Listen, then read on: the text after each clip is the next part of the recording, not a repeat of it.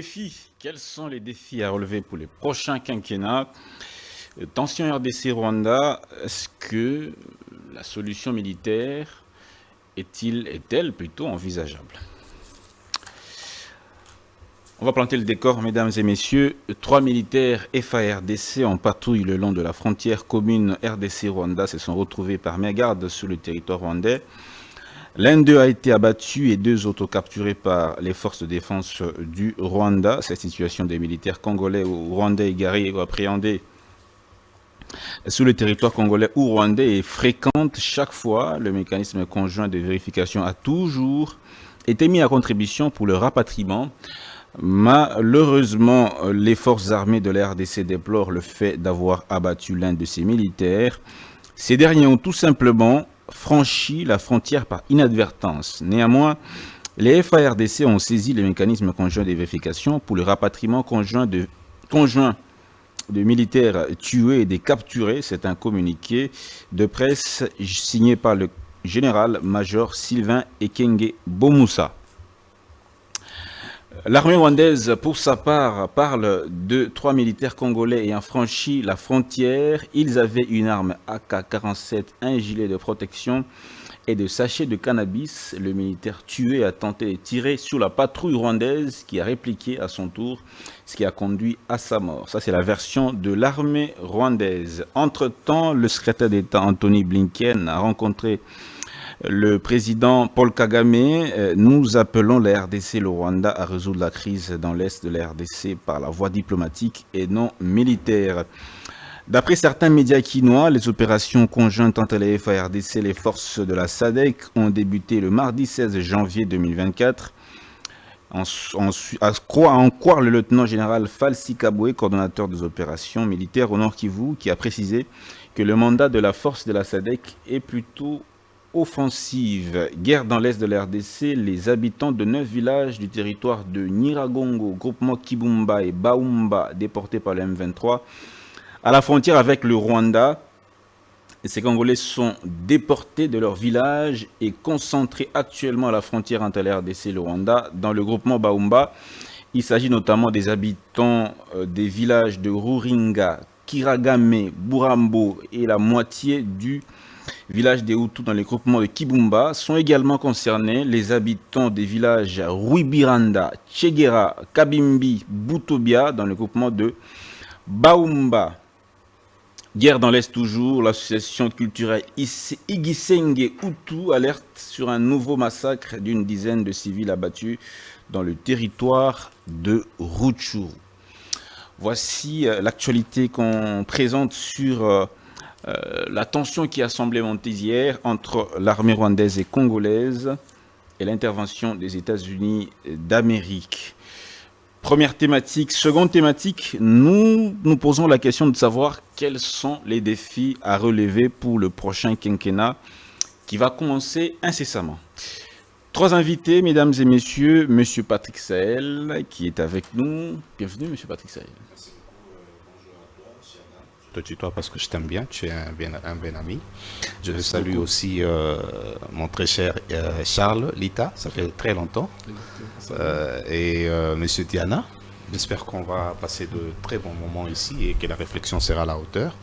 Ben voilà, je suis très heureux de revenir ici. Ça fait quand même belle lurette. Je ne recevais pas d'invitation, comme je ne savais pas venir sans être invité. Ben, après l'invitation d'hier, à 22h, ben voilà, me voici aujourd'hui. C'est complètement fou. Je vous ai appelé d'abord à 17h, puis j'ai rappelé à 22h. Monsieur Mike Gardidiana, lui, il est permanent, hein, il est presque là chaque semaine. Monsieur Mike, bienvenue également dans Grande Tribune. Merci, mais pas chaque semaine. Presque, j'ai dit presque. Même pas presque. C'est-à-dire que la dernière fois, c'était quand? Vraiment, je crois que c'était l'année passée. Décembre, oui. Donc, je profite aussi pour saluer, en tout cas, mes excellents co-débatteurs, que je connais, ne vous en faites pas. Je connais très bien. Et que je sais que ça sera un débat à la hauteur parce que le Congo de demain ne veut pas des débats sadiques. Ici, la question, c'est qu'il faudra que ces tribunes servent à l'émancipation de la pensée, au développement du collectif. Et je crois que Je vois que ces débats-là, au regard de la qualité de personnes qui sont autour de cette table, on fera un débat républicain, mais surtout un débat réfléchi pour l'intérêt général. Merci beaucoup, Monsieur Diana, Mike Gardy. Monsieur Charlita, bienvenue également. Merci beaucoup, Monsieur Dan. Je te remercie pour l'invitation d'abord. Et puis, là, surtout, je suis content de la qualité des invités d'aujourd'hui, que je connais bien. Et puis, je suis vraiment fier de savoir que malgré la dégringolade de notre enseignement, et qu'on trouve quand même il y a des gens qui peuvent réfléchir encore. Ça, c'est un acquis que nous devons reconnaître les uns les autres. Et je vous dis merci. Et puis, je vous dis également un meilleur vœu à tout le monde. À Patrick, mon ami que j'ai vu il y a très longtemps. Merci. Pour des raisons que lui, il connaît. Pour des raisons de mariage. Ah, bah, peut-être bien, vas-y. Il s'est marié, j'étais pas là. mais j'étais quand même invité, il faut dire. Vous êtes les seuls à être invités. Sur le plateau, oui. Oui, peut-être. Merci beaucoup, messieurs, dames. On va donc prendre la thématique sur cette tension qui a quand même semblé monter hier entre la RDC et le Rwanda. J'ai décrit la scène. Eh bien, mesdames et messieurs, est-ce que la solution militaire peut-elle être envisagée? Parce que le secrétaire d'État américain était au Rwanda, il a dit, demandez au président Kagame que la crise soit résolue diplomatiquement et non de façon militaire. Est-ce que la solution militaire peut-elle être envisagée? Être guerre, vraiment la guerre entre les deux pays, la RDC et le Rwanda, en guerre. Monsieur Patrick Sahel, je commence avec vous. Vous avez aussi 5 minutes. Quel est votre avis à ce sujet? Vous savez, quand vous parlez des tensions, moi je ne vois pas seulement le cas isolé de hier. Déjà aujourd'hui, entre la RDC et le Rwanda, nous vivons sous tension. Ok? Ça ne sera pas la première déclaration d'un haut dignitaire américain, parce qu'aujourd'hui, il nous demande aux deux pays de préconiser la diplomatie. Mais il va peut-être oublier que c'est ce que le président de la République de la RDC a toujours voulu avec le Rwanda. Vous savez, on est allé à Nairobi, hein, on est allé à Angola, même quand on parlait, on invitait les M23, c'est le Rwanda qui se pointait, et c'est le Rwanda qui s'est caché derrière les M23. Est-ce qu'aujourd'hui, en relation internationale, on dit, là où la diplomatie a échoué, il faudrait qu'il y ait les sanctions. La deuxième étape, c'est les sanctions. Après les sanctions, c'est la guerre. Vous allez vous rendre compte qu'entre la RDC et le Rwanda, nous avons passé toutes ces étapes-là. C'est-à-dire que la diplomatie, Tshisekedi était derrière la diplomatie, il était en train de parler avec Kagame, il saluait Kagame aujourd'hui et demain, c'est les morts à Rutshuru, ok? Il a tout fait. C'est-à-dire que les sanctions aussi, il vous souviendra que la RDC avait demandé au diplomate numéro 1 rwandais qui était ici, Vincent Karega, de quitter le sol congolais, bien que l'ambassade est toujours opérationnelle. Vincent Karega est parti. Il vous souviendra encore que le QG de Rwanda Air, qui était à Goma, nous avons demandé que ce QG, que Rwanda Air arrête d'atterrir à Kinshasa. Ça, c'était les sanctions déjà. Nous avons quitté la diplomatie. Après, c'était les sanctions. Les sanctions n'ont pas marché. Qu'est-ce qui reste? Selon ceux qui nous enseignent, ils disent là où les sanctions, la diplomatie a échoué, c'est la guerre. Ok? C'est-à-dire que est-ce que c'est cette guerre-là, nous devons la mener sur terrain d'abord? Parce que les guerres, il y a trois aspects de guerre. Il y a cette guerre qui se mène, qui se vit sur terrain. Il y a la guerre médiatique. Il y a la guerre aussi diplomatique. Maintenant, si Anthony nous demande d'aller, de prendre la voie de la diplomatie, est-ce que ça sera la diplomatie dans son sens large ou la diplomatie de la guerre? C'est ça le problème. Parce que eux, le Rwanda déjà a passé cette étape des sanctions. Le Rwanda était déjà en guerre médiatique avec la RDC. Chaque fois que le Rwanda se retrouve dans des tribunes, dans des grandes tribunes, le Rwanda se victimise. Chaque fois, le Rwanda est allé même acheter, passez-moi cette expression, les médias étrangers pour que ces médias-là disent que le problème, ce n'est pas le Rwanda, le problème, c'est la RDC. Eux, ils sont déjà en train de faire la guerre à la RDC, bien que cette guerre n'est pas encore sur terrain. Mais ils sont déjà dans les médias en train de faire la guerre, ils sont dans la diplomatie. Il vous souviendra la première fois quand le ministre des Affaires étrangères est allé au sommet des États-Unis, ils nous ont mis dos à dos. Alors qu'on attendait que les Nations Unies disent que Rwanda a arrêtez de tuer les Congolais. Rwanda, sortez du milieu de M23, arrêtez ce que vous faites. Eux, là-bas, ils ont dit qu'entre le Rwanda et la RDC, personne... Allez-y, L'autre question aussi, c'est est-ce que la guerre ne risque pas d'embraser plutôt la situation au lieu d'apporter la solution? Vous savez, quand nous sommes allés faire partie... Aujourd'hui, la RDC fait partie de la SADC. Vous savez que la SADC a emmené une unité d'attaque ici, au Congo. Depuis que cette unité est arrivée au Congo, vous avez déjà vu cette unité attaquer les M23 ou même le Rwanda? Pas encore. Peut-être jamais les opérations. Mais pourquoi ils sont arrivés? Et même quand les Kenyans sont arrivés, vous voyez, M. Tshisekedi en face des journalistes de France 24 et RFI, qu'est-ce qu'il avait dit?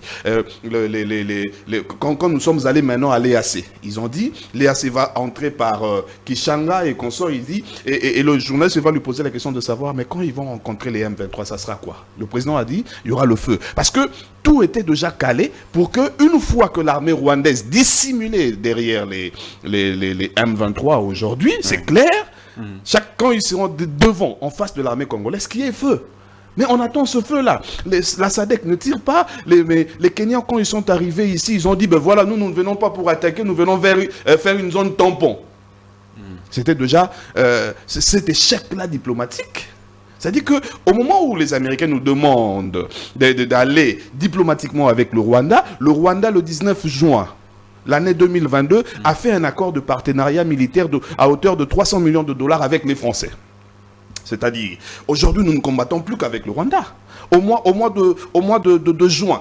Ce qui renforce ma question. Est-ce que si nous combattons, nous attaquons le Rwanda, où il y a guerre entre la RDC et le Rwanda, est-ce que ça ne risque pas d'embraser la situation? Mais quand vous parlez de cette zone-là, nous sommes entourés de 9 voisins. La RDC a 9 voisins. Oui. Mais parmi ces 9 voisins, il y a peut-être que 2 voisins qui sont avec nous.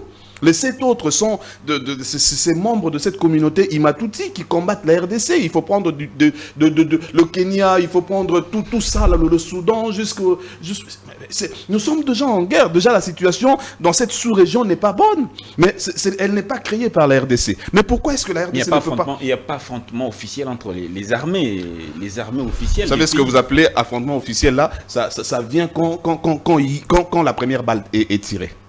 Ok, mais qui attend maintenant? Parce que nous sommes agressés. C'est la RDC qui est agressée. Mais quand nous allons tirer cette première balle, ils vont dire que c'est la RDC qui... Parce que cette politique de victimisation, nous savons déjà que c'est ça le Rwanda. Le Rwanda tue et se victimise. Le Rwanda est derrière les gens qui tuent en RDC. C'est-à-dire que cette guerre, nous n'allons pas la mener contre le Rwanda seulement. Parce que, vous savez, le Rwanda a 3 alliés. Ces 3 alliés du Rwanda, c'est la France, l'Égypte et l'Afrique du Sud.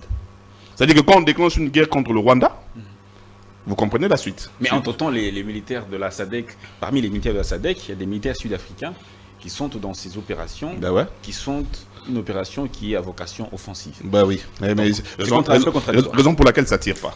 Voilà pourquoi ça tire pas. Monsieur Mike Diana, je vous passe la parole. Quel est votre avis à ce sujet? Solution militaire.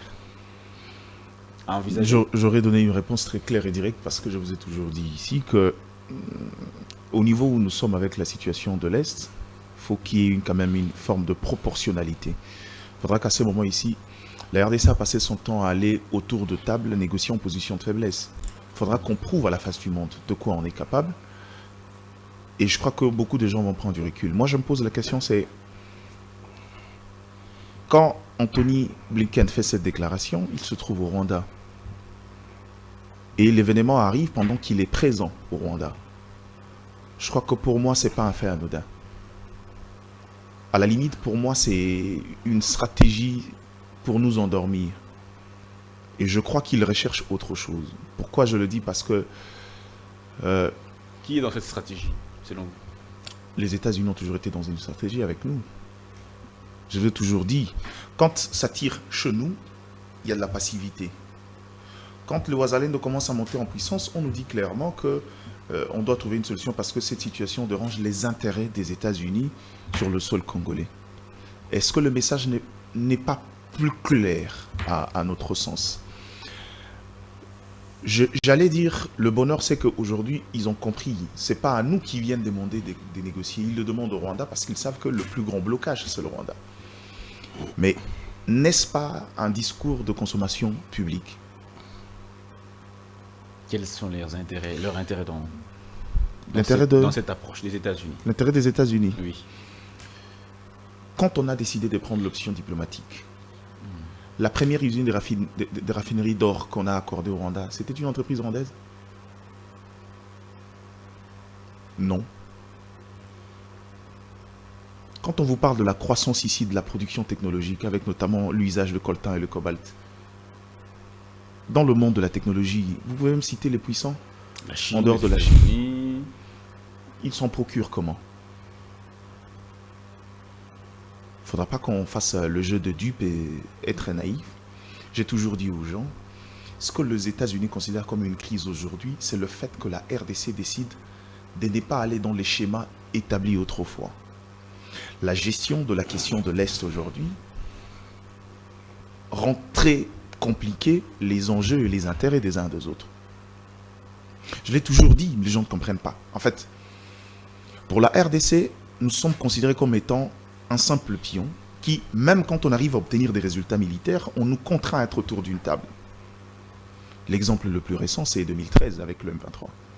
Militairement de fait, on se retrouve à Nairobi en train de négocier et faire des concessions. La question, c'est pourquoi? C'est pas un secret de polichinelle que depuis lors, les États-Unis tentent de nous dissuader de prendre l'option militaire parce qu'ils savent que l'option militaire ne servira jamais l'intérêt des États-Unis. L'idée ici, c'est de nous cantonner dans une forme de mentalité de négocier constamment en position de faiblesse. Mais avant d'entamer une offensive militaire, il faut d'abord faire une auto-évaluation, se demander est-ce que nous sommes vraiment à même de mener cette guerre et la gagner au profit de notre peuple. La question, je me la pose différemment.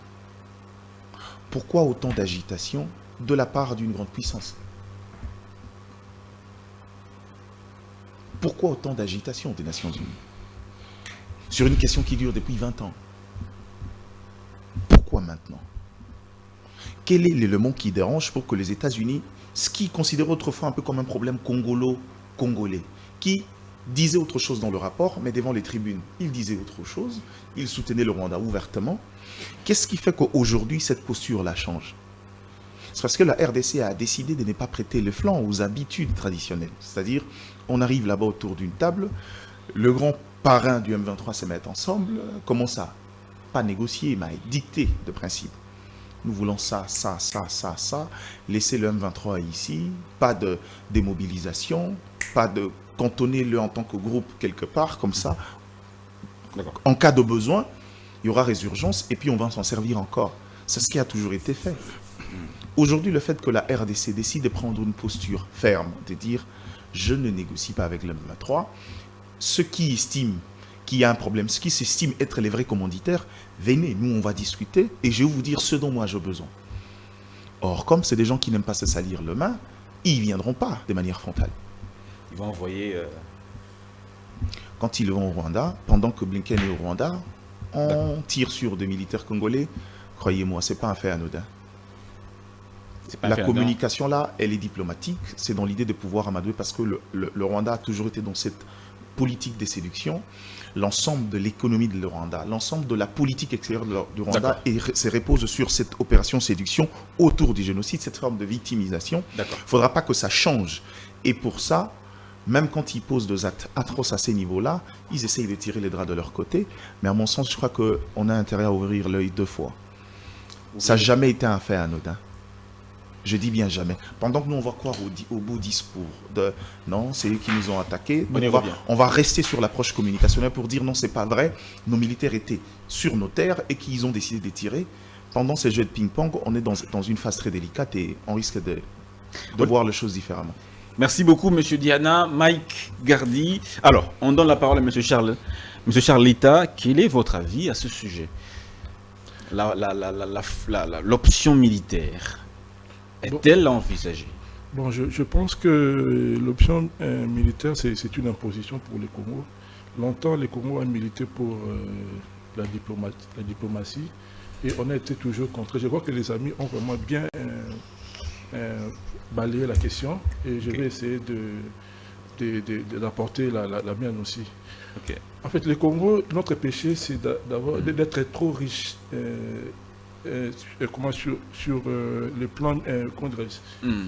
nous sommes Mais- d'être riches Mm. et cela dérange aux grandes puissances parce qu'ils estiment qu'un pays d'Afrique ne peut pas avoir autant d'espace géographique et de richesses. Des Et questions donc, il faut les- d'espaces géographiques qui sont tellement riches. Exactement, il faut Ils sont en les train de convoiter. déstabiliser. On ne peut pas. D'ailleurs, si vous souvenez déjà, vers les années 80, il y avait des penseurs américains qui disaient que les Congolais sont incapables de gérer les Congos. Donc vous voyez, le mal est très profond, mais je vais vous rappeler même comment. Ça s'appelle Rwanda. Hmm. Pendant l'agression du Rwanda, il avait dit au maréchal, cet arsenal militaire, ce n'est pas pour le Rwanda, c'est pour le Congo. Vous comprenez? Donc, Ouais. tout a été déjà préparé pour Ouais. mettre le Congo en mal. À genoux, À oui. genoux, voilà. Hmm. Et c'est pourquoi moi, j'en appelle aux Congolais.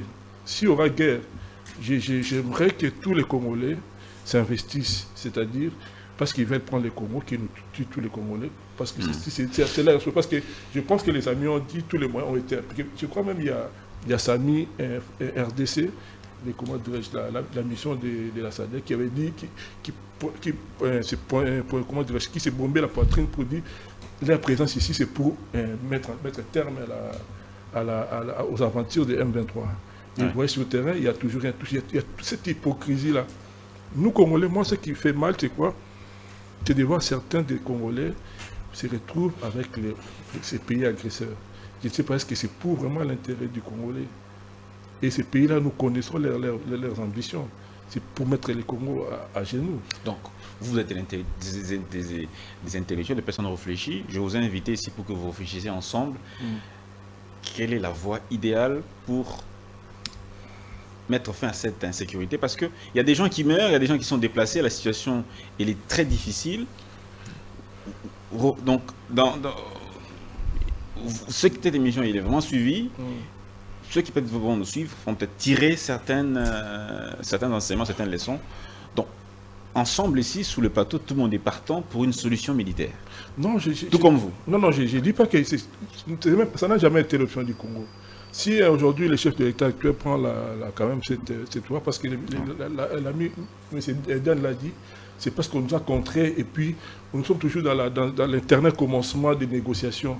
Ouais. Et on doit mettre fin à un certain moment. On s'est dit, nous sommes victimes, nous sommes à la merci de ces gens-là. Il faut à un moment donné se décider de s'engager à la guerre. Ce n'est pas une option voulue par le Congo. Nous sommes des pays agressés. C'est les agresseurs qui jouent les jeux, ce n'est pas nous. Donc le Congo n'a jamais... D'abord, c'est un pays hospitalier, tout le monde, ça n'échappe à personne. Et on nous a imposé cette guerre. Alors j'ai dit que nous, Congolais, nous sommes victimes et nous agissons à victimes. Tous les chefs d'État de ces pays. Mais je crois que la communauté internationale n'est pas sans ignorance que le Congo est menacé. Je vous donne l'exemple de Yémen. Oui. Yémen a été bombardé par les États-Unis juste parce qu'il y a eu des pirates. Mais chez nous, les rapports des Nations Unies ont stipulé que le Rwanda agresse le Congo. Et que dit les droits internationaux lorsqu'un pays agresse le Rwanda? Donc je vous dis, nous, on n'a pas les choix. Les choix de la guerre, ce n'est pas nous. Nous sommes victimes et nous sommes obligés de nous défendre. Nous devons nous défendre, comme disait Moussé, avec les moyens de bord. Vous voyez? Et moi, ma seule inquiétude, c'est de voir les Congolais qui choisissent l'autre camp pour attaquer, trahir un pays. La voie diplomatique. La voie diplomatique, je crois, le Congo est toujours dans cette option parce qu'il sait qui nous entoure.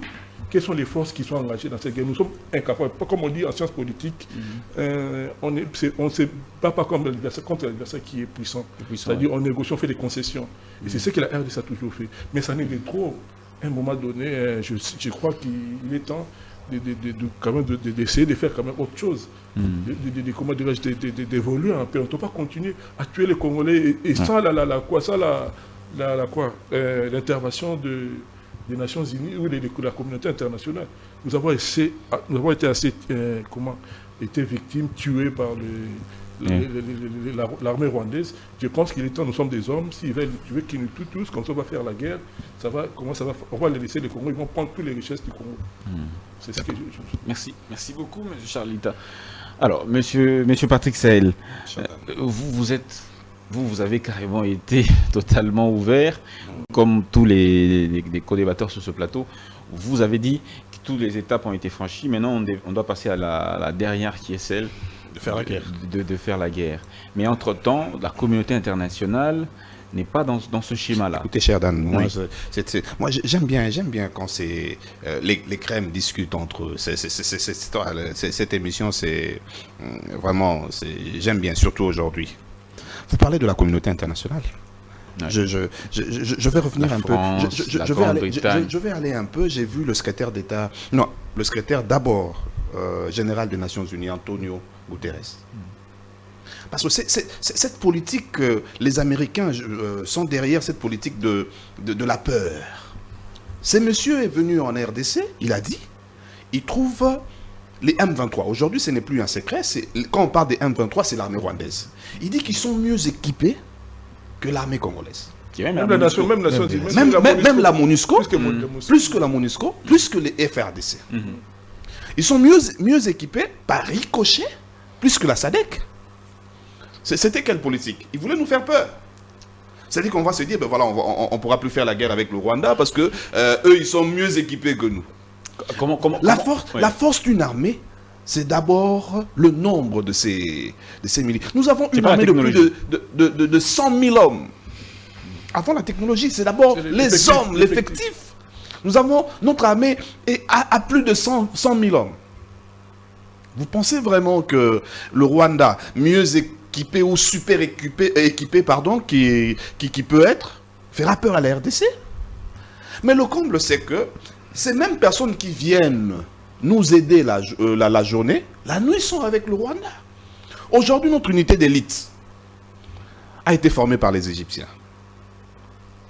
Mais ces Égyptiens sont alliés aux Rwandais. C'est ça aussi le revers. C'est-à-dire que c'est un complot, un gros complot, je ne sais pas si ça se dit en français. Nous sommes seuls contre C'est-à-dire que nous sommes seuls contre toutes ces nations-là.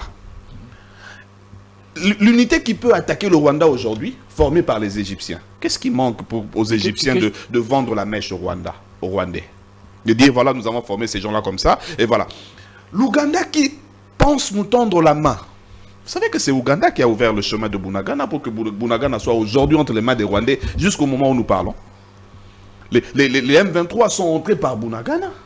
Mais Kagame, qui est président du Rwanda, ça, on cessera pas de le dire. Il a été le numéro 1 du service de renseignement ougandais, envoyé aux États-Unis par comment il s'appelle, Museveni.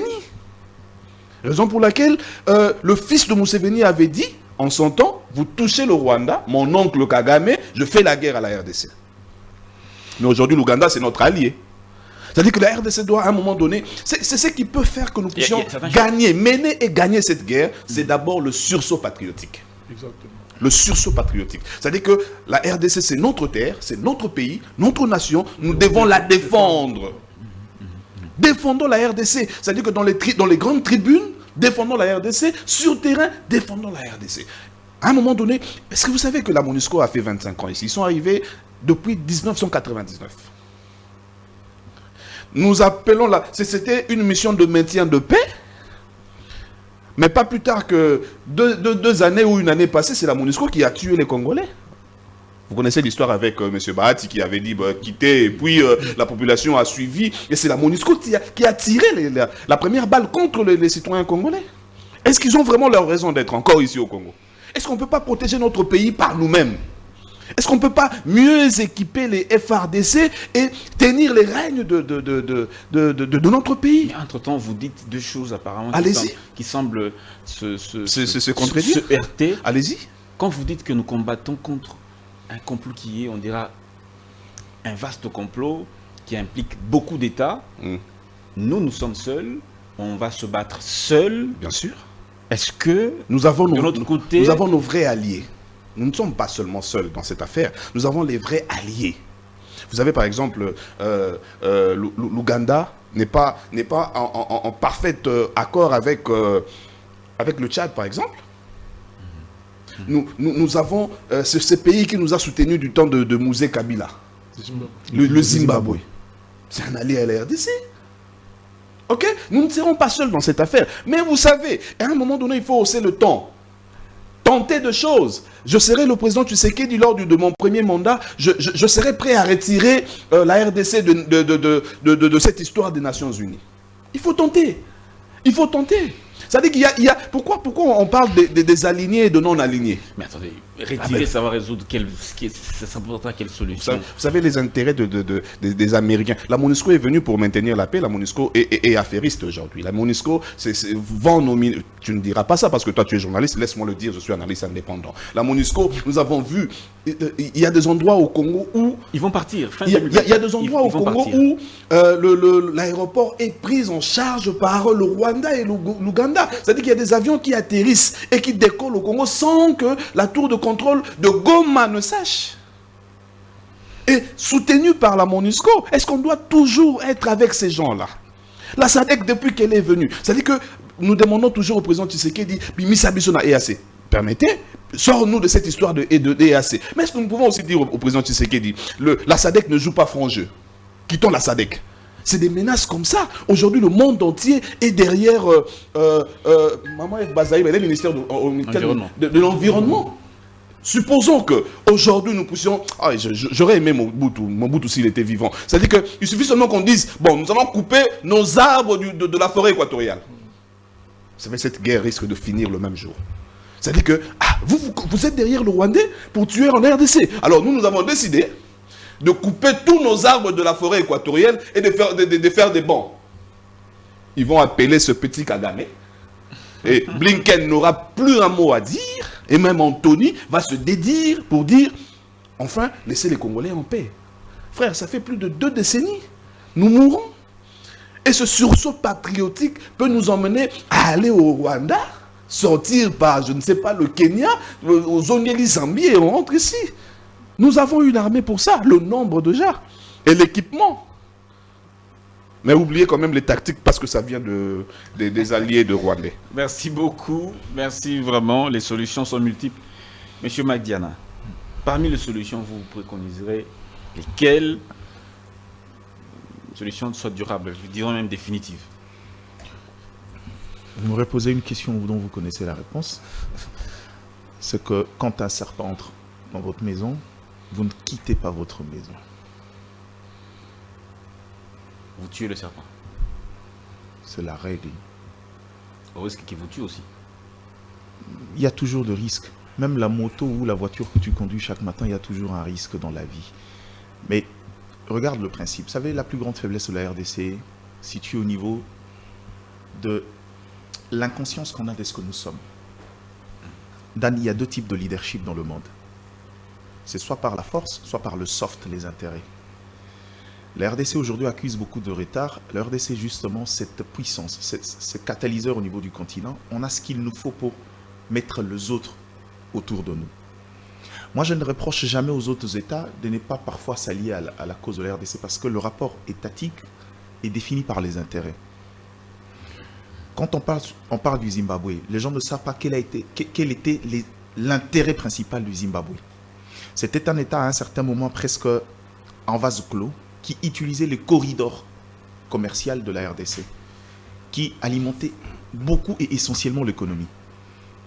C'est d'ailleurs la raison principale qui a fait que ces États de l'EAC décident de séduire la RDC pour intégrer. La petite porte qu'on a avec l'océan par le Banana est un corridor important pour alimenter, pour nourrir les ambitions de l'économie de cette région. Bien au-delà de ça, le Congo est un vaste marché. Pour la plupart de ces États, je ne veux pas vous rappeler ici combien, quand vous parlez de Rwandair, 90% du chiffre d'affaires de Rwandair, c'est en RDC. C'était en RDC parce qu'il ne marchait plus. On a suffisamment de quoi faire plier les autres, leur soumettre à notre intérêt. Les États-Unis, de par le monde, ce n'est pas forcément question d'économie. Ils ont commencé par la force et après, ils sont allés vers les politiques économiques, mais de manière nonchalante. Ils donnent de l'aide ici, mais avec de l'argent récupéré de l'autre côté, pas avec l'économie américaine. C'est comme ça qu'on assoit l'influence. Le Congo doit reprendre la place qui lui appartient. C'est une question de politique. C'est ce que je dis. C'est une question de politique. Et de leadership. Là où je trouve qu'on est dans une brèche sur la question militaire, c'est que pour une première fois qu'on commence à penser à mettre en place des attachés militaires dans les ambassades, je suis très heureux. Pourquoi? N'importe quelle solution. La notion préventive dans les questions sécuritaires, c'est avoir des attachés militaires qui savent dénicher les politiques sécuritaires des autres États et d'en prévenir avant. Quand vous êtes un État qui fait l'objet d'un complot énorme comme ça, il faut être en mesure d'infiltrer les États par des approches sécuritaires. Il ne faut pas envoyer que de politiques et des administratifs, il faut envoyer de flics. Des gens de renseignement. C'est là où je dis que, attention. Et je crois que ces gens... Ça demande beaucoup de moyens. Non, mais c'est déjà fait, n'en faites pas. Et c'est là où je dis... Sans te couper, cher Diana, le Rwanda le fait ici. Ici, chez nous. L'ambassade ici, il n'y a que des Il y a que des militaires. militaires. Il n'y a que des militaires. Le personnel administratif, il y en a peu. Il n'y a pas. Peut-être deux. Et ils sont là pour espionner les Congolais. Mais Mais c'est c'est pour pour ça. ça. C'est pour ça. Donc, ce qui fait qu'aujourd'hui, ces gens-là ont compris que dit bon, écoute, ces gars-là commencent à voir un peu les choses différemment. Donc ça commence un peu à inquiéter. Ça commence à La un tout petit peu stratégie inquiéter. commence- J'avais posé des questions rhétoriques au départ, c'est pourquoi l'agitation? Je commence à te donner les quelques éléments de réponse. Parce que cette agitation, c'est que le Congo qui autrefois était très passif, ne le pas. La question c'est que vous pensez que vraiment, si ces gens-là voulaient attaquer, on en a dit, niet, on ne va pas négocier. Pourquoi ils n'arrivent pas à prendre Goma? C'est pas parce qu'ils ne veulent pas. Ça, c'est ce qu'on nous met dans la tête. On dit non, ils ne veulent pas parce que c'est faux. S'ils pouvaient, ça serait fait il y a longtemps parce que l'objectif, c'est de nous contraindre autour d'une table et négocier et remettre les intérêts économiques des uns et des autres autour de la table. C'est qu'il y a des Congolais qui rejoignent ces mouvements, qui semblent le crédibiliser. Non, mais vous Tels savez, que les Corneille Nangaa, les Adam Chaloué, on a appris qu'il y a d'autres jeunes de Lucha en masse ont rejoint ces mouvements. vous savez, c'est indécent. Je veux arriver à cette approche-là du pourquoi. Parce que c'est là où je dis que le Congo a atteint ce que moi j'appelle, excusez-moi du terme, la misère intellectuelle. Parce que le Congolais, quelqu'un comme Corneille Nangaa pense que je ne suis pas sûr que Corneille Nangaa a décidé un matin de prendre le téléphone, d'appeler un 23, je veux rejoindre le camp. C'est-à-dire qu'il y a eu une opération séduction. Quand on va chercher les politiques, c'est là où j'en appelle même les opposants ici. Faites attention, il y aura des sollicitations pour ça. Quand la guerre à ces niveaux-là, quand on a démasqué les premières techniques d'approche, on change les fusils d'épaule. On va cette fois-là aller dans l'idée de vraiment confirmer qu'il s'agit d'une mésentente entre Congolais pour nous imposer le troisième larron comme ils en ont l'habitude. On nous ramène petit à petit vers le schéma Mzee Laurent Désiré Kabila. Autour de la table. Non, c'est même plus question de la table. On nous ramène, puisque on est parti sur l'idée d'imposer des dirigeants qui vont servir les intérêts, qui commencent à s'émanciper, il faut retourner à la case départ. On va nous imposer, on va créer suffisamment de tensions, on va nous faire croire qu'il y a discorde entre Congolais, et le troisième larron, comme on en a l'habitude, on voudra nous l'imposer, cette fois-là qui viendra pour remettre sur la table les intérêts des autres. Et on va former un gouvernement d'union nationale. Pas seulement gouvernement national, on aura quelqu'un à la tête du pays qui sera presque un boulevard pour les intérêts à gauche, à droite, avec la limite peut-être pour accélérer les différents plans établis. Et question de remettre l'RDC, c'est vraiment chaos. À case départ. On est vraiment à cette étape-là où ça passe ou ça casse. Et ici, c'est à nous d'être intelligents. À nous, Congolais. C'est à nous, Congolais, d'être intelligents. Et je vous ai toujours dit que quand on parle de l'intelligence de Congolais, si certaines villes ne tombent pas, c'est parce qu'il y a de la résistance parfois civile. Ne vous en faites pas. Arrivé à Goma, on vous dira, vous verrez que de simple, un intellectuel comme ça... Est-ce que les moyens qui sont mis à la disposition de notre appareil sécuritaire sont-ils à même de nous aider à être à la hauteur des ambitions qu'on attend du Congo? Dan, le monde considère la RDC comme étant une réserve sur des questions d'ordre économique. Le Congo est considéré comme une réserve mondiale. Il y a des gens qui l'ont dit, il y a certains maladroits qui l'ont dit à haute voix. Je ne citerai pas la dernière déclaration de Nicolas Sarkozy. Moi, j'ai tout un rapport des assises d'Amsterdam de 1982 où on parle du Congolais comme étant un peuple incapable de gérer son propre État. Il ne mérite même pas cette terre-là. Tu sais, la plupart des gens pensent que c'est des phrases, des théories de complot. Ce n'est pas le cas. Terminé, M. Mike Diana. Je veux chuter par là. Ce qui fait qu'aujourd'hui, le Congo est sur la sellette. Le fait qu'on commence à manifester certaines attitudes de quelqu'un qui prend conscience de certaines histoires, la meilleure des choses à faire, c'est faux. Couper l'herbe sous le pied. La question là, c'est pourquoi je vous ai dit, c'est quand on vous dit qu'on attaque, on tue les militaires, tout en sachant que pendant la période de campagne, le chef de l'État avait dit à la moindre escarmouche, on va le faire. Vous savez qu'est-ce que ça fait? Dans la notion de la guerre, il ne faut pas subir. Il faut prendre l'initiative. Or, là, l'intention, c'est de nous pousser à la faute. On va attaquer par le son chaud, par le contexte. Ils vont vouloir attaquer, mais en réalité, tout le monde le sait qu'il existe un contingent important de mercenaires venus avec la bande de réfugiés de la Grande-Bretagne. C'est-à-dire, la stratégie, c'est vraiment aller blesser notre ego, nous pousser à la faute. Or, quand on va comme ça, quand on subit, quand on est dans la réaction, on est fragile. Malheureusement, c'est un jeu des dupes qu'on a vu venir il y a longtemps. On fera la guerre au Rwanda au moment où ils s'attendront le moins. Le Rwanda, on va attaquer le Rwanda là où ils ne penseront pas. Et crois-moi, la première de règle pour vaincre, c'est pas faire la guerre au M23, non. C'est au Rwanda directement. Puisque c'est le pont par où l'eau coule, on va commencer par créer aussi de l'insécurité au Rwanda. Comme ça, quand on reviendra négocier, c'est du gagnant-gagnant.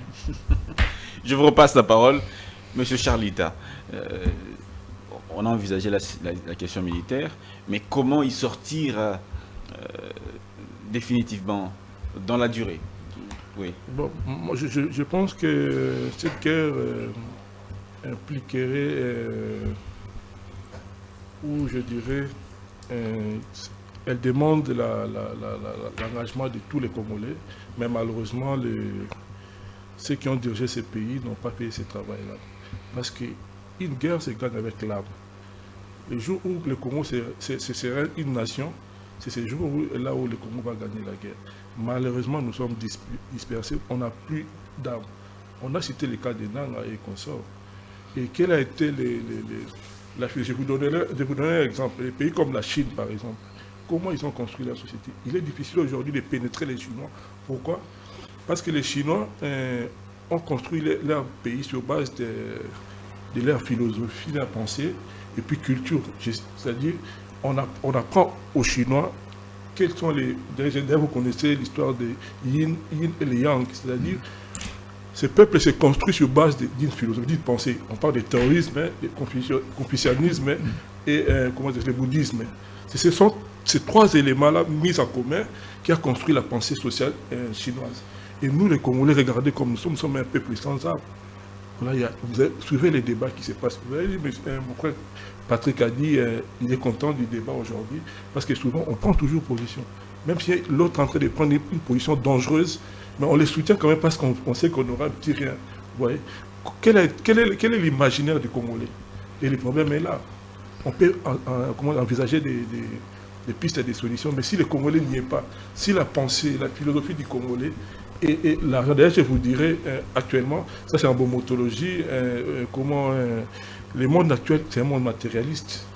C'est-à-dire tout part de là. Et alors que nous, Africains, on a une culture communautaire. Aujourd'hui, l'homme réfléchit en termes de ce qu'il va mettre dans sa poche. Vous voyez? Et avec ça, je vous dis, on continuera à saliver sans pour autant qu'il y ait des solutions adéquates. Ce qu'il faut faire maintenant, je demanderai aux gestionnaires, plus particulièrement au chef de l'État, de mobiliser la conscience du Congolais, ouais, de l'impliquer. Ouais. Lorsque le Congo sera impliqué, et l'autre option, c'est l'option de mon frère Patrick Sayer, c'est de menacer les intérêts des autres. Ouais. Et ça, on va nous respecter. On n'a pas des armes nucléaires, on a des armes qui peuvent se battre. Les armes, l'engagement du Congolais peut donner solution à ces problèmes.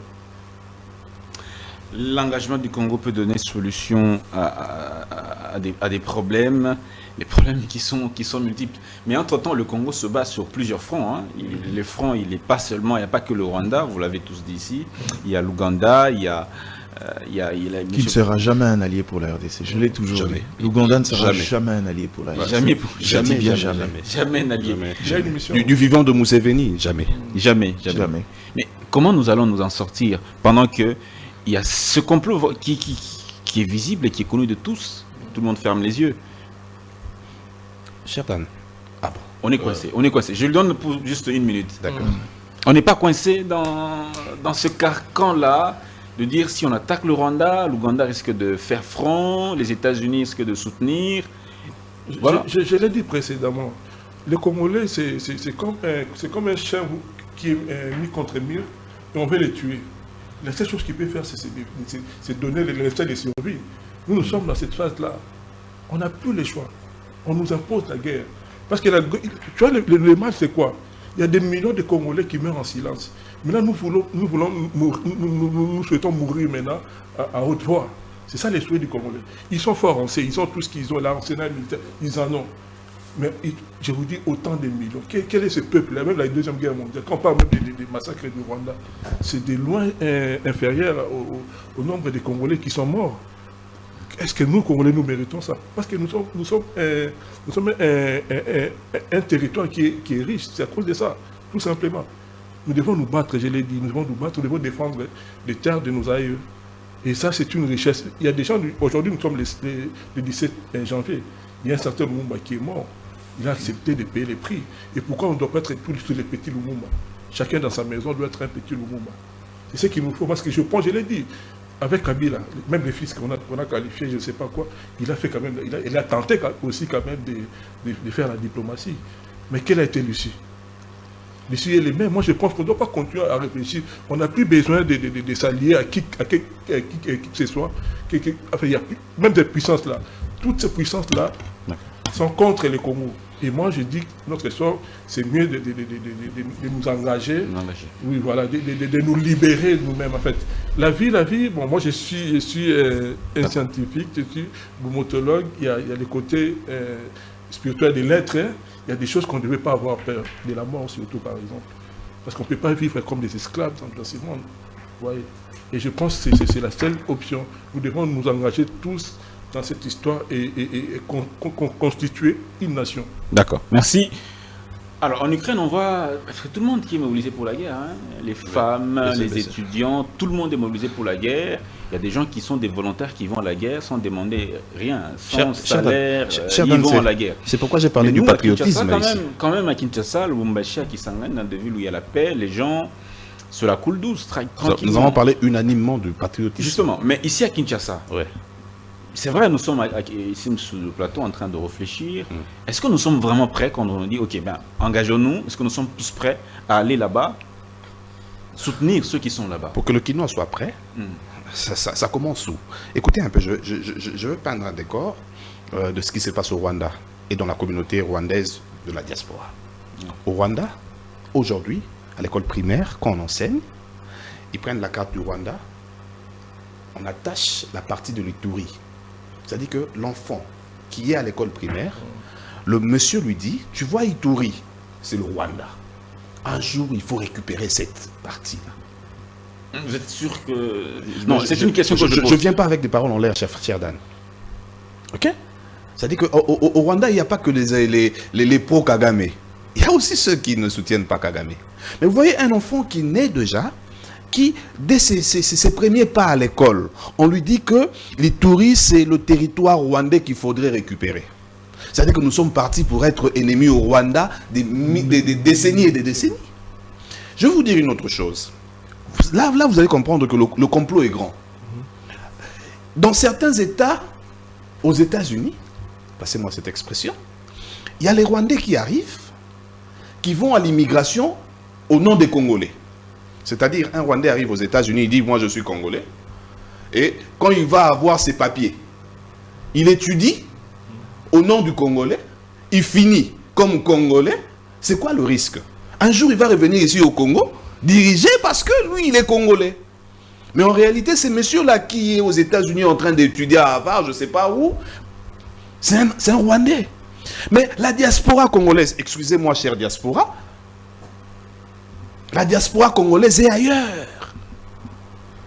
Alors que le Rwandais étudie, il aura un diplôme, il sera docteur, Rwandais dans le sang, mais Congolais sur papier. Il viendra ici comme Guissaro ou comme l'autre là, comment il s'appelle, Rouberois. Moi je cite les noms, et ils seront Congolais ici. Ils ne sont pas Congolais dans le sang. Moi je pense qu'ils ne sont pas Congolais. Ça n'engage que moi. C'est une... Demandez à Rouberois comment on dit, il est de quelle ethnie? Oui, l'ethnie de Rouberois. Vous n'êtes pas dans ce débat là quand même. Non, mais j'ai juste répondu à... Vous voyez, mais quand ils reviennent ici, ils sont Congolais. Mais c'est la diaspora rwandaise. C'est Kagame qui fait ça avec ces Rwandais. Mais nous, notre diaspora, nous, c'est la musique, c'est les femmes, c'est les habits. pas toute la diaspora, bien sûr.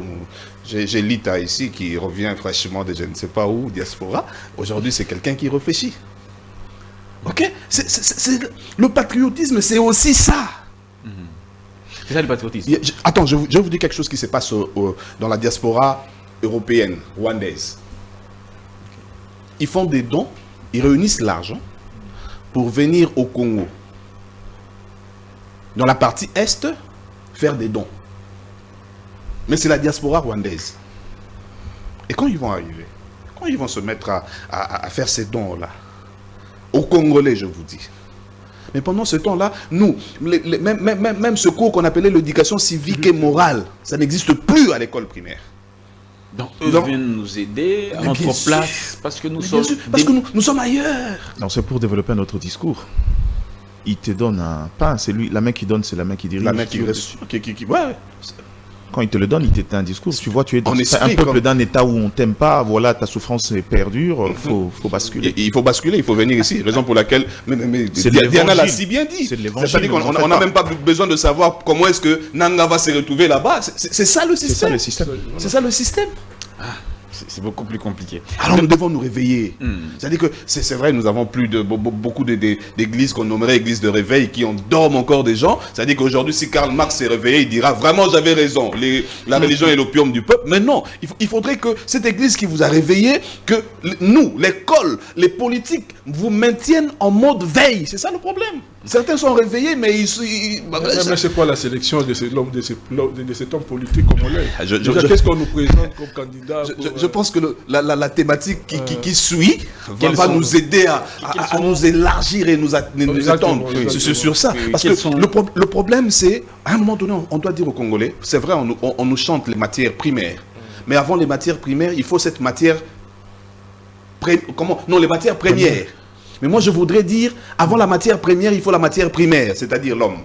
Il faut l'homme avant... Il faut d'abord travailler cet homme-là qui risque de traiter les matières primaires. Vous imaginez, les Américains, les Français, les Européens sont aujourd'hui derrière Dubaï avec un projet qui nous ont... ça dit qu'aujourd'hui, l'or de la RDC est raffiné à Dubaï. Même ici, ils ont créé, vous avez vu Maniema et Sokimo. C'est-à-dire qu'ils vont créer quelque chose comme on avait créé la Gécamine, mais tout cet or-là, raffiné ici, iront où? À Dubaï. Parce que vous savez que Dubaï, c'est le plus grand marché de l'or au monde aujourd'hui. Mais est-ce que c'est Dubaï qui ça sera gardé là-bas? Non. Après Dubaï, ça va aux États-Unis, ça va... Je vais chuter par là. Cher ami, vous pouvez comprendre que notre banque centrale ici n'a des réserves d'or, même pas de 2 jours. Non, c'est pas possible. Mais renseignez-vous. La RDC, sa banque, mais les États-Unis, la banque a plus de 100 ans ou 80 ans de réserve en or. Mais Bissomoro Bakolo or. Même pas il y a 2 jours. Alors le problème du Congo, c'est la personne. La matière primaire, l'homme. Merci beaucoup. Bon moto, l'homme. Quels sont les défis pour le prochain quinquennat? Le président Tshisekedi a été massivement élu, plus de 73%. C'est quoi les défis du prochain quinquennat? Monsieur Mac Diana, vous avez la parole. Je suis content de commencer ces débats. Je veux quand même dire au chef de l'État, le premier pas pour réussir son premier quinquennat, c'est de prendre la parole qu'il a donnée à l'électorat et en faire sienne. Quand il est allé en campagne pour dire aux gens, consolidons les acquis ou répartir à 0, cette parole vaut aussi pour lui-même. Pourquoi je le dis? Il n'est pas le seul dans l'exécution de son programme. L'exécutif est bicéphale. C'est lui d'abord. D'abord lui. C'est lui d'abord. C'est lui qui donne le temps. Cette période ici est considérée comme étant un vaste marché. Les ambitions démesurées comme les Congolais en ont toujours naissent à gauche, à droite. Chacun commence à préparer, à lorgner où il veut y aller. Je lui ai toujours dit ça. En matière de questions de développement, il faut transcender le clivage politique. Quand j'estime qu'un délit, c'est Sanga, Bundu, peut être intéressant pour moi dans la question de la justice, je veux le prendre, je le mets là. Est-ce que Ce n'est qu'un exemple. Ok. Ce n'est qu'un exemple. Ok. Pas forcément Denis Tessanga, c'est un exemple. Fayoulou, par exemple. Martin Fayoulou, par exemple, Ou mais celui-là, on connaît sa radicalité. Il n'y en a pas. Donc, voyez, pas sur ce temps-là. Aujourd'hui, au sein même de son propre parti politique, les gens nourrissent des ambitions. Au départ, l'ambition, c'était d'aller voir des politiques. Bon, Nabino Nyonso, Nanalingo soit tel ministère, parfois sans en avoir les compétences. Au bout d'un moment, quelqu'un leur dit, Moni ministère Ouna, les gens qui sont à la tête, c'est quand même des gens un peu pertinents. Soki Bolingibo contre Bango, cherchez des gens qui ont été à l'administration, qui sauront comment faire pour contourner le problème. Et on recrute quelqu'un, on commence par faire de lui député. Il va utiliser, justement, quand il va arriver au Parlement, motion sur un secteur. Vous allez croire que ça fait pour l'intérêt de l'éducation des enfants ou de l'intérêt de l'économie de la République. Non, c'est pour son intérêt. Il veut prouver à la face du monde que l'autre ne sait pas faire. Moi, je le sais. Et en fin de compte, il va obtenir. C'est le cas pour le ministère des Finances, c'est le cas pour le ministère de l'EPST, c'est le cas pour le ministère des Hydrocarbures. Ceux qui sont animateurs. Ça veut dire que lui-même, quand il dit consolider les acquis, il est allé en campagne, il a dit aux gens que sa plus grande fierté, c'est la gratuité. Il sait lui-même quel effort il a mis là-bas et comment il s'est constitué pour en faire une fierté, n'est-ce pas? Mais là, on est dans une période de marché. Il y a des gens qui viennent un peu comme ces derniers temps. On cite un ancien secrétaire général qui était en prison pour détournement, qui est sorti, qui veut devenir ministre de l'EPST. Et il a le soutien des dirigeants de l'UDPS. Non, parce que c'est officiel ou c'est officieux. Ce sont des informations entre journalistes qui ne sont pas encore mis à la place publique. C'est quoi vos sources? Je suis Mike Gardi, Diane. Pourquoi je dis les sources journalistes officieux? Dan, là, on peut... Dan, tu sais que je ne suis pas de ceux qui arrivent sur un plateau qui n'est pas dans les invectives. Je ne cite jamais les noms de gens, bêtement. Je viens dire ce qui est factuel après avoir vérifié. Ok. Donc, en gros, quand il dit consolider les acquis, ce gouvernement, il doit aller chercher les résultats. La première des choses, c'est dans le casting. C'est la plus grande faiblesse. Tu vois, là où M. Patrick a chuté. La question d'hommes. Les hommes, voilà. C'est le plus grand problème dans les politiques de gouvernance en RDC. C'est-à-dire qu'on est le seul État où un pharmacien peut devenir ministre de la Défense. On est le seul État. Pourquoi? Parce qu'on répond aux exigences des quotas politiques. Mais ma foi, puisque c'est moi qui nomme, c'est moi qui imprime la vision, quand je vous demande de m'envoyer quelqu'un, j'ai établi un critérium. C'est là où je dis que je répète cette phrase que j'ai dit ici. Si le chef de l'État veut réussir son deuxième mandat, il faut qu'il aille sur la politique des gestions basées sur les résultats. C'est-à-dire, vous êtes membre du gouvernement, dès que vous arrivez, on vous dit, au regard de la vision, voilà les priorités que vous devrez accomplir en déant une année. À la fin d'une année, on évalue. Si vous êtes à un pourcentage en deçà de la moyenne, on vous remplace. Je pense même que cette initiative devrait être même au niveau de législateur. Organiser les élections anticipées, quand quelqu'un arrive, on se rend compte qu'il n'est pas efficace dans son rôle. Ça va me coûter. Non, mais ce n'est pas l'argent qui manque en RDC. Ne vous en faites pas. Et je crois que cette discussion, je vous ai déjà fait le calcul, vous dire que ça ne coûtera rien parce que les machines sont là, et puis c'est des élections organisées de manière isolée dans une seule circonscription. Là, il suffit de déplacer les machines. Pendant un dimanche, on dit qu'il faut aller revoter un député. Il n'y a pas de problème. Ce n'est pas question d'argent, c'est question de volonté. Donc, en gros, ici, la priorité, je vais lui dire, j'aime mon secteur, j'aime à ce niveau-là parce que pour moi, c'est la base de tout.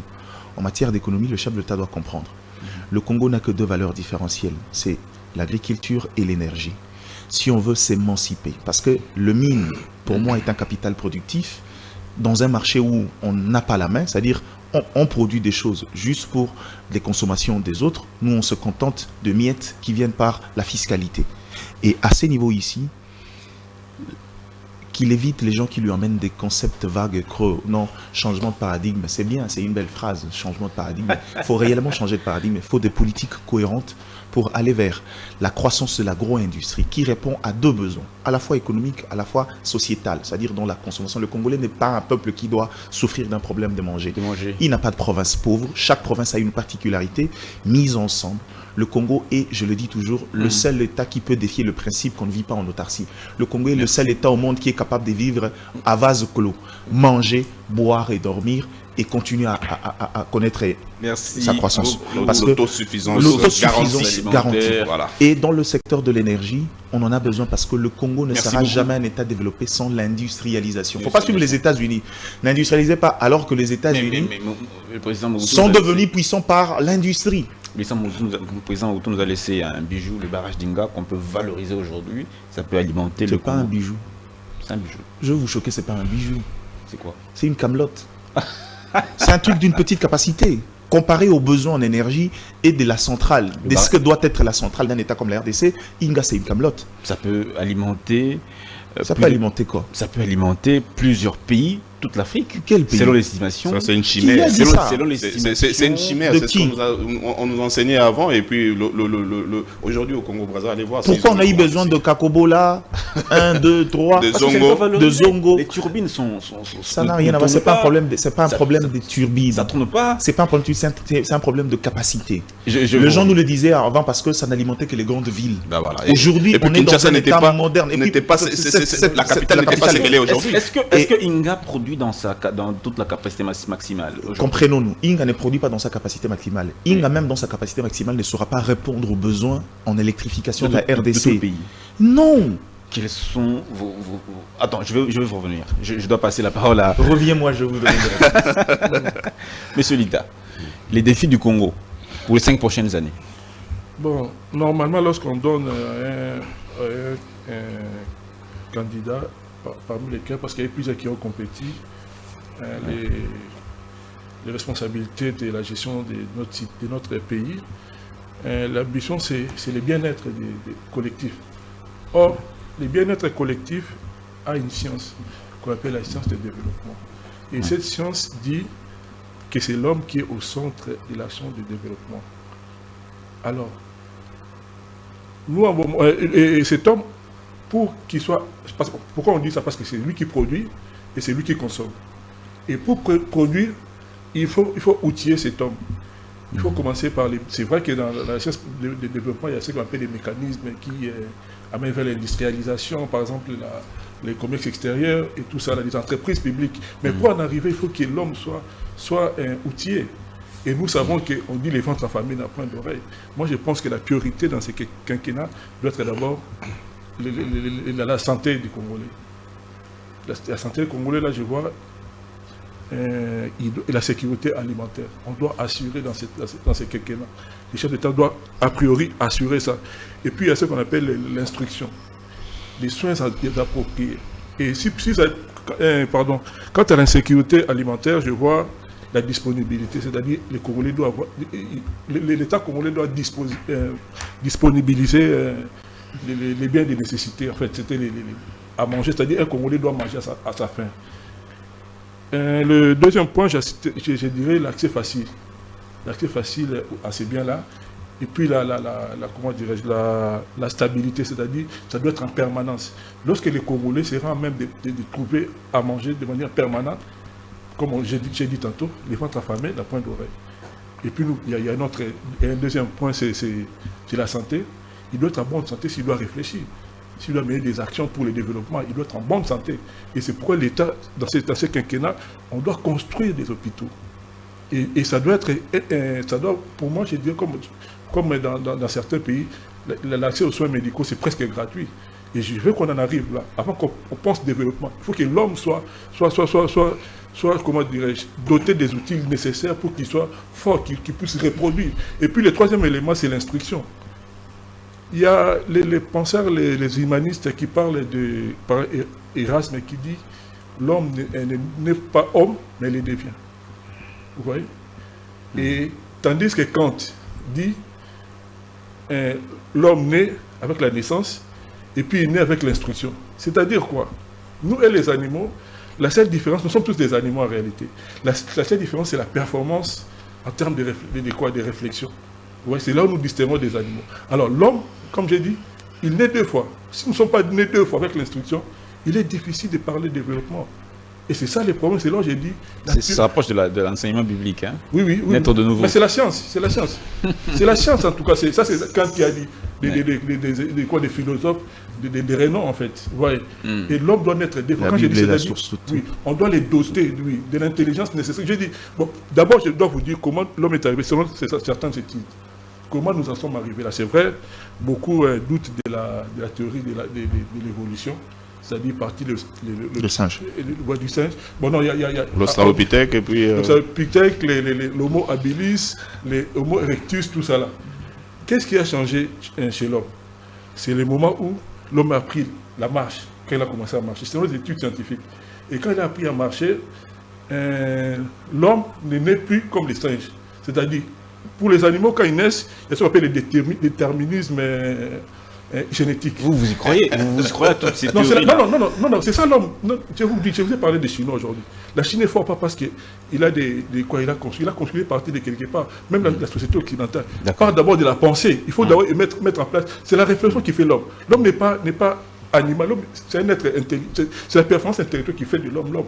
Ouais. Si on n'investit pas en l'homme, on l'éduque pas, on l'instruit pas. Déjà, qu'est-ce que veut dire l'instruction? C'est l'action d'enrichir et de former l'esprit pour la pensée. Merci beaucoup, M. Charles. Je dois vous arrêter, malheureusement. La régie est en train de me mettre la pression. Rapidement, M. Patrick Sahel, les défis, rapidement, s'il vous plaît. Les défis à relever. Mais avant de relever les défis à relever, passez-moi cette expression, il faut savoir là où ça n'a pas marché pour corriger. Hein? Vous savez pourquoi ça a boité quand M. Tshisekedi est arrivé au pouvoir? C'est parce que beaucoup de gens qui entouraient le président de la République ne voyaient que les postes ministériels. Ils ne voyaient que devenir mandataire. Mais vous savez, c'est qu'un ministre n'a que sa signature. Un mandataire n'a que sa signature. Et l'administration. C'est-à-dire que Tshisekedi a travaillé avec des gens qui, dans l'administration, font allégeance à Kabila, par exemple. C'est-à-dire que si jamais Tshisekedi avait placé les gens dans l'administration, parce qu'on peut changer un ministre, mais on ne changera pas quelqu'un qui a suivi le cours normal. Il a commencé par être qui vient d'un métier de carrière. Qui bat carrière. Petit à petit. Mais si, en 5 ans, Tshisekedi avait mis des personnes dans l'administration, le ministre peut signer quelque chose. Aujourd'hui, ça bloque parce que la personne qui doit faire évoluer l'ordre de paiement informatisé, par exemple, ne fait pas allégeance au président de la République. Et il bloque. Mais le président avait déjà dit aux militaires, je vais vous rajouter 30%. Le ministre a aussi signé, mais l'administration ne suit pas. Il est temps de mettre les bonnes personnes dans l'administration. Ça, c'est la première des choses. Numéro 2, la justice. J'ai suivi M. Tshisekedi à la télé. Pendant qu'il battait campagne, il a dit il regrette de ne pas avoir livré certaines personnes à la justice au nom de la cohésion nationale. Il est temps de les arrêter. Il y a des gens qui c'est-à-dire que l'impunité doit cesser. Il y a des gens qui doivent à la République plus de 800 millions de dollars. Mais c'est un conditionnement, c'est ça ce que vous... C'est-à-dire que le deuxième mandat, je voudrais voir M. Tshisekedi nous prendre tous ces gens-là et les foutre en prison. Et cher monsieur qui bave toujours quand il s'agit d'argent, cette fois-ci, s'il y a un projet 200 jours, 300 jours, n'y va pas, s'il te plaît. Il faut aussi le dire. Aussi au Bébissa. Vous êtes direct, hein? Mais je suis direct, je dois dire. Parce que ça, c'est le Congo, on parle du Congo. Je parle de mon Congo à moi. C'est-à-dire que deuxième mandat, cher président de la République, le credo de votre parti, c'est quoi? Le peuple. Le peuple. Alors, le social va avec la population. Le peuple doit... C'est-à-dire que cette fois-ci, s'il vous plaît, ne nous promettez pas. Réalisez les promesses. On en a besoin. On en a besoin. Merci beaucoup. Le peuple congolais a besoin de vivre. C'est-à-dire que, cher Diana a dit, c'est-à-dire que le Congo peut vivre de lui-même. Nous avons la possibilité de manger notre poisson. De manger le légume. La priorité est numéro 1 de Congolais, c'est manger. Pour ça, il faut l'économie, il faut le moyen. L'économie aussi, oui. Il ne faudrait pas aller gaspiller notre argent encore en Namibie là-bas, donner et puis ils vont nous dire voilà les poissons sont dans l'eau, allez pêcher. Non, cette histoire-là, il y a des poissons qui se meurent dans les lacs ici au Congo, lac Albert. Qui meurent de vieillesse. Oui, ça dit que maintenant là le président de la République doit choisir autour de lui. Il y a deux catégories, je vais chuter par là. En tout cas, il y a les personnes qui doivent servir le président de la République et les personnes qui doivent servir la nation. C'est-à-dire que ici maintenant c'est un problème de choix. Il y a certaines personnes, président, Zoé Azala, conseiller Nayo, il va servir la personne du président de la République. Certaines personnes ne peuvent pas servir la nation. Oh, merci beaucoup. Suivez mon regard. 30 secondes. Barrage d'Inga. Vous avez dit que l'énergie, c'est aussi un secteur qui est aussi prioritaire. Le barrage d'Inga, il ne peut pas, s'il est optimisé, il ne peut pas être un levier de développement de ce secteur. Acceptez de me répondre. Vous connaissez la capacité du Non, barrage d'Inga? je peux pas. Je peux pas. C'est d'ailleurs pour ça qu'on a pensé à Inga 3, qui a plus de double la capacité énergétique de la centrale Inga construite autrefois. Croyez-moi. Et le dynamique de développement où on va, la preuve. Aujourd'hui, quand la SNEL va dans l'arnaque de créer une taxe sur la consommation pour les sociétés minières, la SNEL oublie une chose, la plupart de ces sociétés minières ont créé leur propre barrage elles-mêmes. Parce qu'avec l'énergie fournie par la SNEL, il est difficile de pouvoir aller dans les grosses productions. C'est là où je vous dis que l'énergie est une valeur différenciée. Dès lors que le Congo est électrifié, on balise. L'électrification est presque comme la route en RDC. L'énergie est presque comme la route. Dès qu'on en a, on sait produire conséquemment, non-stop. Et quand on produit, la consommation, au-delà de la consommation, la commercialisation. La commercialisation. Merci beaucoup. On doit rectifier. Est-ce que le ministre de l'Industrie, cher Dan, ce ministre de l'Industrie, il ne peut pas créer des petits barrages dans chaque commune pour que chaque consommation communautaire. Laisse-moi dire un mot quand même. Rapidement. Oui, je voulais juste te dire, comment dirais-je, l'effet social est coercitif. Elle est généralisée, intériorisée. Si on ne pense pas à l'homme congolais, comment, parce qu'il est conditionné. Si on ne fait pas ce travail, on va faire les mêmes débats des siècles et des siècles. Comme c'est l'homme, comme j'ai dit, les priorités, ce quinquennat doit être la sécurité, la santé et l'instruction. La sécurité, le civisme, voilà. L'instruction, l'alimentation. Merci beaucoup d'avoir pris part à cet échange. Belle émission. Belle émission. Merci beaucoup. Aux invités surtout. À Dan surtout pas pour aux la journalistes. police. Le journaliste aussi, parce que lui. Surtout aux journalistes, c'est pour la police. Et aux promoteurs de la chaîne. C'est grâce à lui que nous sommes là. Bonne année à Christian Bossébé. Bonne année au président Christian Bossébé, promoteur de Congo Buzz. Certainement, il nous suit. Merci beaucoup de cet accompagnement, ce cadre également, qui est vraiment... portez-vous bien et à demain.